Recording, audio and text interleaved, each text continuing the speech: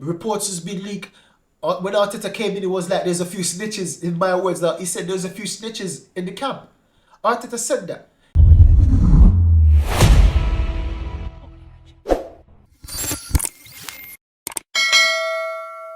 So we have breaking news. Well, it might not be breaking by the time you get this after I finish edit and everything. But breaking news, Bukayo Saka has left the England camp. So mixed feelings, mixed feelings.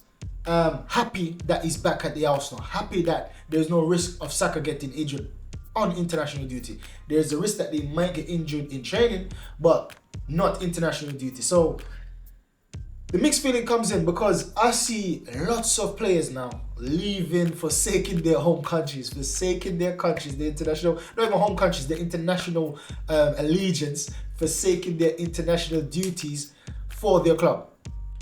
When it comes down to Arsenal, I'm all for that. I'm happy. Arsenal is number one priority. However, I still got a little feeling in my heart to say that international matches, I know that there's some loyalty there, but it won't be able to survive. Now, I'm not blaming clubs, I'm not blaming players. I believe that international organization needs to be more structured. The players need to be get more paid more money. The tournament needs to be more attractive, because apart from World Cup, that's about it really that people look forward to when it comes down to international matches. Now, when it comes down to Euro, most of Europe looks forward to that. When it comes down to African Cup of Nations, most of African countries look forward to that. Even though other countries might want to see or want to watch that African Cup of Nations or the Euro and the Copa America, vice versa, different country might want to watch it from different people from other countries. However, when you're not in it, there's a different level of distance. You may want to watch it, but you're not invested. But with the World Cup, you're invested because just the occasion by itself is a big occasion. So you want to be involved in that. So I feel like there needs to be some committee that needs to be formed to develop the international tournaments. Something needs to be done, because by the way I'm seeing it now, I see Liam Bailey not want to play for Jamaica now. That's a whole nother reason in itself. But I can see that there's going to be some problems in the near future if we're not careful. If the powers that be that control these organizations don't get their foot out and start to make some moves. Because once again, I don't blame clubs, I don't blame players. It's just that, and for me, if you see Arsenal has been playing now, you would understand why Saka pull out, because we're in the Champions League, one of the biggest competition in the world. After World Cup, some might say it's even bigger than World Cup, and we're in the Premier League fight, biggest league in the world.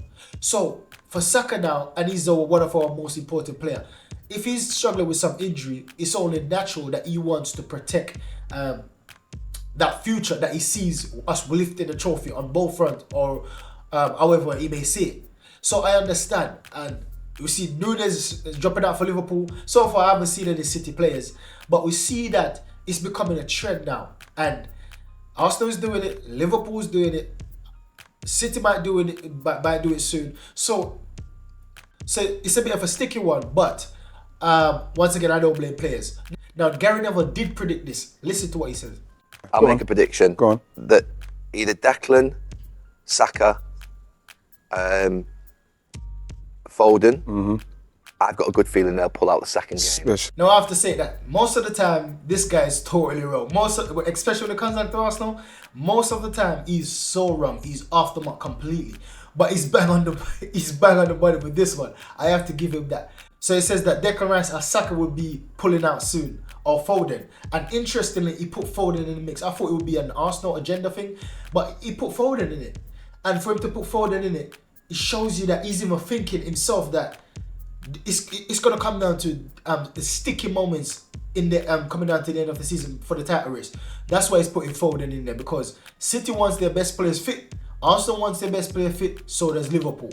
So man, I don't know what to say, but it's a bit bittersweet as what I'm saying, because I love Saka coming back, but I can see that there's going to be a damage footing forward. But then again, it's only friendlies, so it's not a big deal.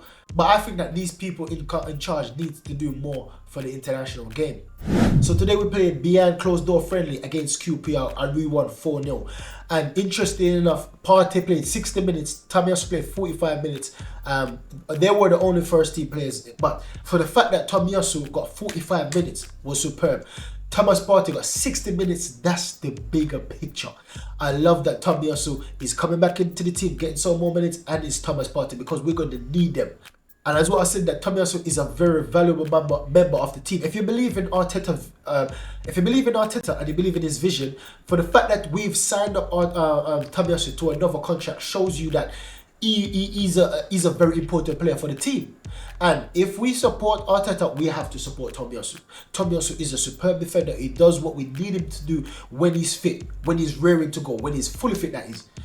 We won 4-0 first of all, and the fact that Tomiyasu is getting some match fitness and Partey is getting some match fitness, and they will be very, very, very keen to go as soon as we kick things off for the latter half of the season. Now, Cesc Fabregas has been speaking about how Arteta turned Arsenal around. He said that Arsenal were immersed into a big mess. I think there were too many people talking. There was a lot of toxicity, I would say, within the club, around the club.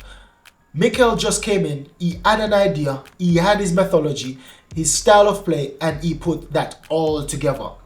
He took away all this toxicity around the club that was hurting the players, the managers, and he's done really well. I think this is the biggest accomplishment he's done now.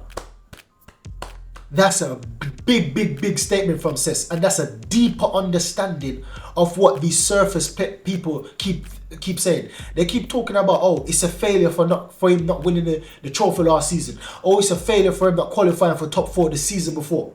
These are the agendas people are using. These are the surface thinking, the surface thoughts people are using and not understanding the realness of what Mikel Arteta has done for our club. Because we can't see behind the closed doors, because we can't see behind the barrier between the club and us fans. This is why we judge, but we need to use understanding, because I understood what was going on. So why is my understanding different from anyone else? It's just that sometimes we refuse to use understanding and then we just jump straight pessimist mode. So Cesc was saying this, and I could see the club was so toxic. Signing Pepe for 70 million, and basically the way it was coming out that most people didn't agree with what's going on. So who made that signing? There's so much thing that was going on after Wenger, even in Wenger's last stint, and then after that until Arteta came, there was so much things was going on. Reports has been leaked. When Arteta came in, it was like there's a few snitches, in my words. That he said there's a few snitches in the camp. Arteta said that there's stories coming out that shouldn't be coming out. So that tells you that there's lots of leaks that was in the club. And so far, it looks like we got rid of all of them. I don't know if it was a member of staff, but I believe that some of the old players were part of that problem. So these are the mess that he had to clean up. And part of me understood why the old players felt the way they did, because they're bought into the image of Arsenal Football Club and they weren't getting what they bought into. They were getting lots of 6th place, 8th place, 5th place finish, which they didn't sign up for that. So I understood the frustration on their side, but when things aren't going right, it affects everything. And this is why I believe that Emery was a very good manager, but I don't believe that he had the capacity to bring us to the next level. He wasn't strict enough. He wasn't stern enough. Everything that the fans say, he basically does. Now, Arteta comes in. Arteta signed certain players that we didn't agree with. Most of Arteta signing, I would say 50% of Arteta signing, most of the fan base did not agree with. Ramsdale, number one. I remember we were cussing him. Kai Havertz. Most of the players, Jorginho that we've signed, Arteta signed, most fans didn't agree with. But now we can see Arteta don't care what you think. Get over yourself. He doesn't care. He's going to do what he thinks is best for the club. And when he came in, the first thing he said that I'm going to change the structure. I'm going to change the culture of the club. I'm going to make it better than what it is and bring it back to those glory days that what it once were. And this is, you can see that this guy have a clear identity and how he wants us to be. Look at Man United right now. Where Man United is right now, that's where we were before Arteta. And even before Emery. That's where we were. It's the only difference is that Man United have better players than we had. We didn't have a Bruno Fernandes in our team. We didn't have a Harry Maguire. Now, some people rate him, some people don't. We didn't have a Martinez. We didn't have a Anthony. We didn't have these caliber of players within our team that we had before Emery and before Arteta. We didn't have these kind of players. So, Man United is going through that. We already been through that. So, Cesc Fabregas, I applaud you for seeing beyond the surface. Now, Waneri officially turned 17 today, and that means that he is officially able to sign a professional contract with the Arsenal. And right now he's away with the England under 17 national team. But right now, we see that it says that Lewis Kelly is the only one of 2023 intake of scholars to have signed a professional term so far. So it's good to see that we've signed up Lewis Kelly, and now Ethan Waneri is next on the list, next on the hit list. And I believe that these players are going to be the future of Arsenal. And I'm going to be posting a video tomorrow about the next future for Arsenal, right? So we see Skelly, we see Waneri, we see Berith. There's a lower, younger players that's so good, gifted. That's the next future, the future for Arsenal, and we're gonna take a look at them tomorrow. Now, a senior coaching staff at Arsenal thinks Miles Lewis Kelly could become a left back in the mold of Zinchenko. Now, I've been touting the old that Skelly for me is one of the best players I've seen so far in his position at his age. He has a bit of everything.